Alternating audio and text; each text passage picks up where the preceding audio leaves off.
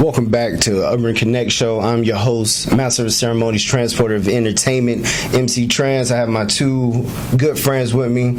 I have my boy T to my right, and then to my left, I have X to Flex.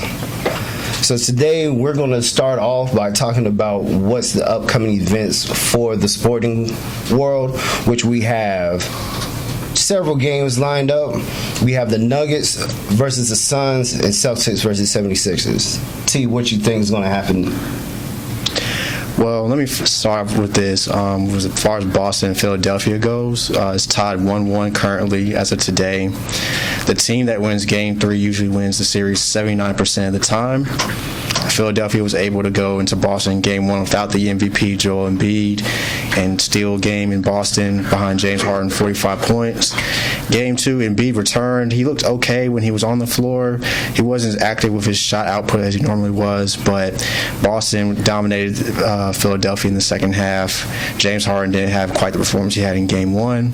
I expected to be a lot of energy in Philadelphia when they returned to Philadelphia. Embiid being announced the MVP, the fans are going to be behind him.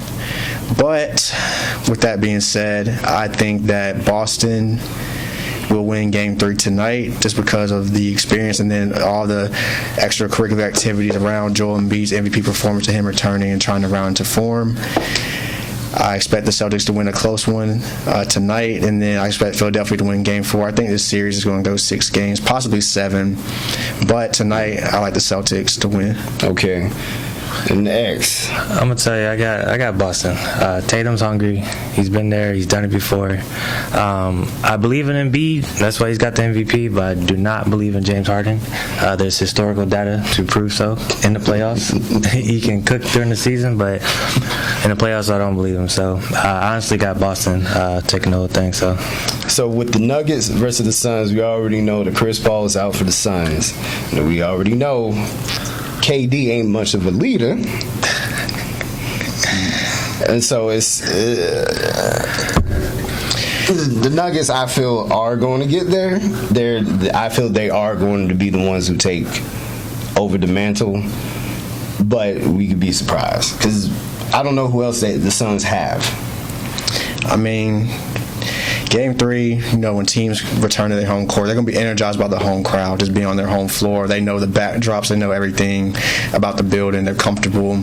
And Phoenix is desperate. They're down 0-2. Without Chris Paul, they really have nothing to lose tonight. And sometimes in these situations when a team has nothing to lose, especially when the player's injured, sometimes the other team gets a little bit overconfident. They're up 2-0. They're feeling good about themselves. They might not prepare like they normally would. Plus, Phoenix has several days off. They haven't played since Monday night. So if there's ever a game that Phoenix is going to steal, tonight would be the game for them to steal. I expect Devin Booker and Kevin Durant to have a big game. But the problem is that when you trade for Kevin Durant, you give up a lot of your assets. You give up a Mikal Bridges. You give up a Cam Johnson. Phoenix doesn't have a lot of depth. Will they win one of these 2 games in Phoenix? I expect them to win at least 1 game, but that's probably about as far as it's going to go. I think Denver has more depth. They have the 2-time former MVP in Nikola Jokic. They have Jamal Murray, who's returning to form like he was in the bubble back in 2020. You have a Michael Porter and Aaron Gordon as your 3rd and 4th best players, and you have a bench. Like, Denver's is too deep. And in the playoffs, your role players will win you games and series when your star players need to be picked up, and Phoenix doesn't have that ability. Kevin Durant and Devin Booker have to be spectacular. DeAndre Ayton hasn't showed up yet. Nikola Jokic owned him in Game 2. I don't know what's going on with DeAndre Ayton. He's been disappointing in this series, and I think Denver will eventually win this series in 5. Well, I'm gonna tell you, I think Denver is going to be in the finals. You brought up a good point. You look at Phoenix; they have no leaders without Chris Paul. If he's gone, you look at KD. He can score, but he ain't gonna rally that team up. Nope. And what's his name? Brooks. Oh yeah, Brooks. And I don't think he's a leader yet too. So honestly, and Jokic, like I said, he was MVP for a reason. Like, he makes people around him better. He passes the ball. He can drop 30. He can drop 20 rebounds. So we can obviously fast forward this whole series, and I think Denver is going to be in the finals. So we'll see. So on the side note, last night we saw Lakers versus Warriors. And we saw how that went down. We know from the first game, AD was doing his thing, but last night when he fell over, he looked like an old man trying to get up.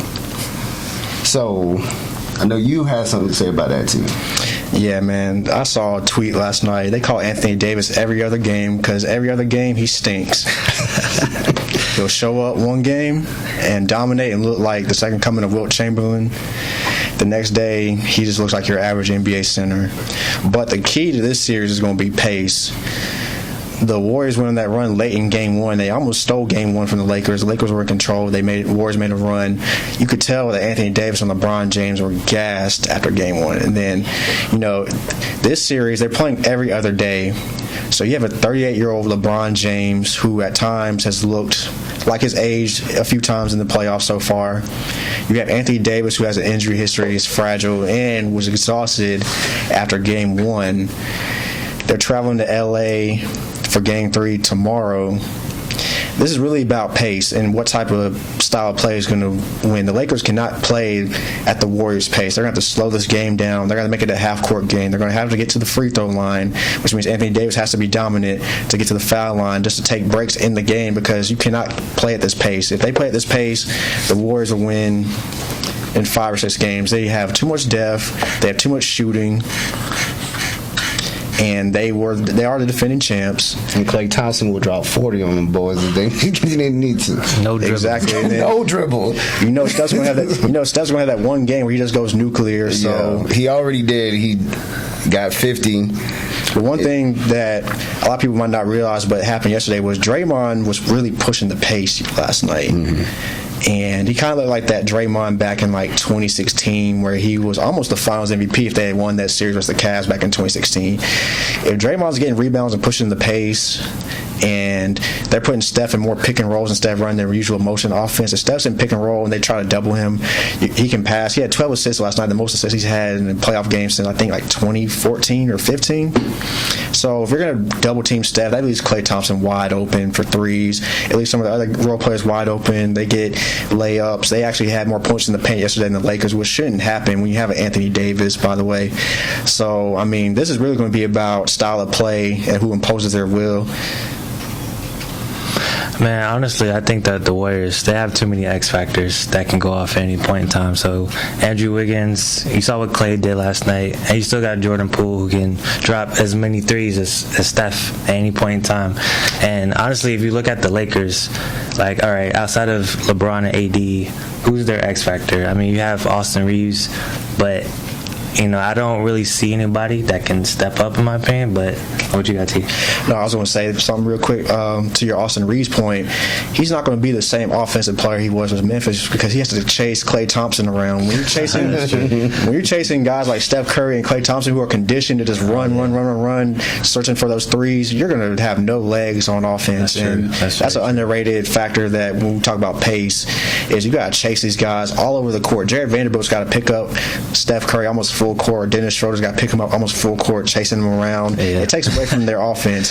So what I think is going to happen is it's going to be kind of a snowball cumulative effect where the Lakers are just going to get constantly worn down game by game, and they might win one of these games in LA, but I expect the Warriors to win this in 6. I do. I got them in 6 too. So Denver Warriors, is that what y'all predicting? Yeah. Yep. Let's see.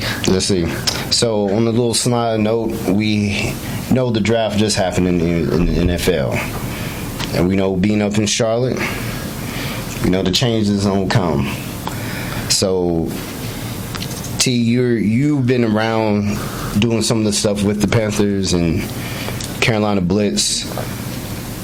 What do you think?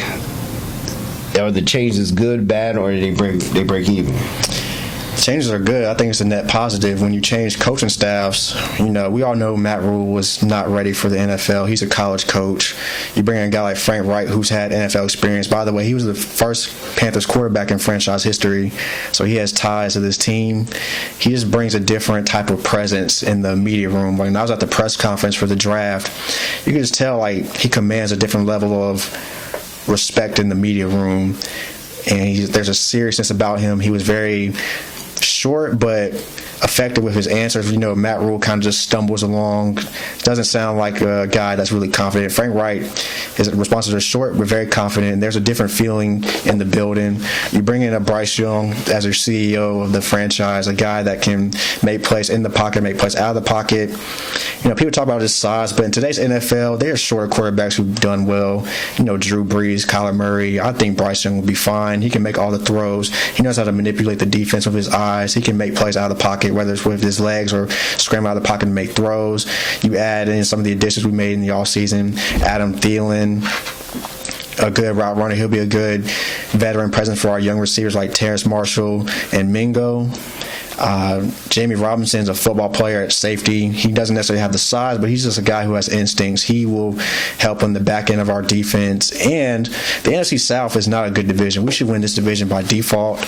I think we did get better, and also the division has gotten worse as Tom Brady's retired. We don't have to worry about Tom Brady anymore. Yes. Atlanta they made a lot of changes, and then New Orleans. Derek Carr doesn't fear me at all. He's a good quarterback, but he just isn't that guy. He's not him. He's a guy that not Himothy. He's a guy that can get you possibly to the postseason or maybe win the division, but in the high leverage moments, I just don't think Derek Carr is that guy. I think we should win the NFC South by default and then continue to build, and we could be a serious contender, not this year, but maybe the next year. Yes, I agree. Well, for that, we're going to go ahead and end it. Thanks for listening to Urban Connect. Enjoy y'all day.